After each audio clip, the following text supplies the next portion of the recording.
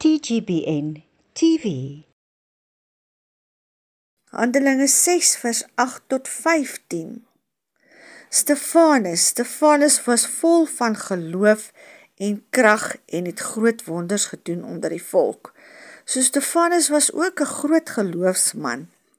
Hy het ook gegaan en die woord gaan verkondig. Oral oor het hy gegaan om die woord te verkondig. Dit was nie maklik nie.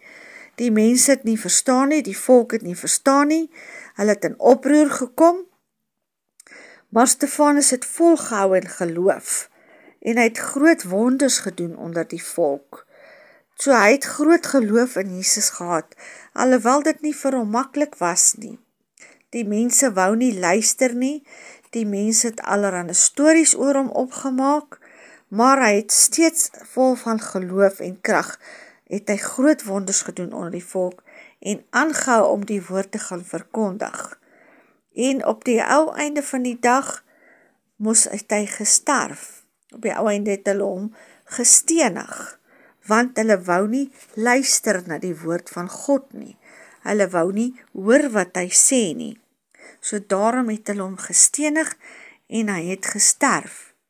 So ook was daar baie ander in die Bybel. Petrus, hoeveel van die disippels wat alles moes agterlaat, net om vir Jesus te volg.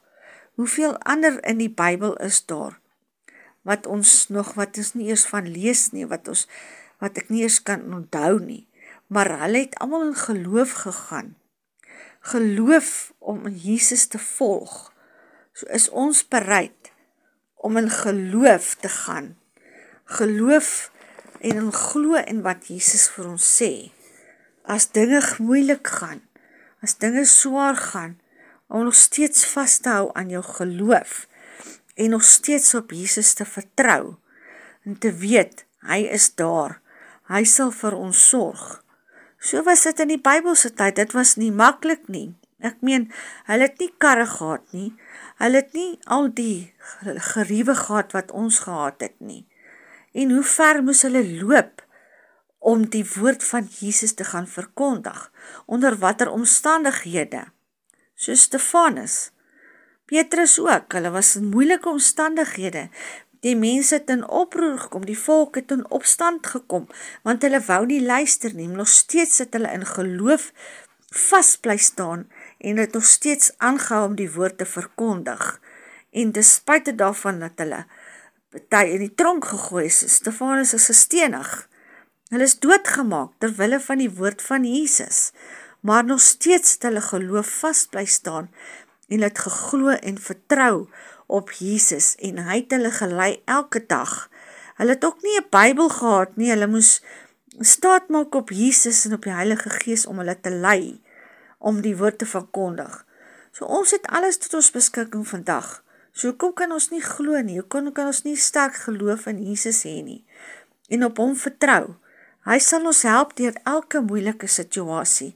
En hy sê in die woord, hy sal ons nooit begewe en nooit verlaat nie. So daarom glo in Jesus, staan vas in jou geloof, en glo dat Jesus jou sal help, in alle omstandighede. Amen, kom ons bid saam. Dankie Jesus vir hierdie heerlike, wonderlike voorrecht. Dankie Jesus vir die boodskap wat uitgegaan het, dat ons weer eens die woord kan verkondig, dat ons weet ons geloof moet sterk wees, en U is altyd met ons. Ons bid vir elkeen wat U nodig het, mense wat deur moeilike omstandighede gaan. Ons bid vir mense wat nie werk het nie, Jesus, ons bid dat U hulle sal seën, en van 'n werk sal voorsien, dat hulle weer ook kan sorg vir hulle families. Almal wat siek is, plaas ons in U Papa Vader arms. En ons bid dat U hulle sal aanraak, en dat U hulle sal genees in Jesus naam. Dankie Jesus vir U liefde, dankie vir die genade, U goedheid en U guns. Ons loof en ons prys U, en ons bid dit in Jesus se liefdevolle naam. Amen. Die Here sal jou seën en die Here sal jou behoed. Die Here sal sy aangesig oor jou laat skyn en jou genadig wees. Die Here sal sy aangesig oor jou verhef en jou vrede gee. So moet hulle dan op die naam en kinders van Jesus lê, en ek sal julle seën. Seën en vrede vir julle, tot ons weer met mekaar gesels. Amen.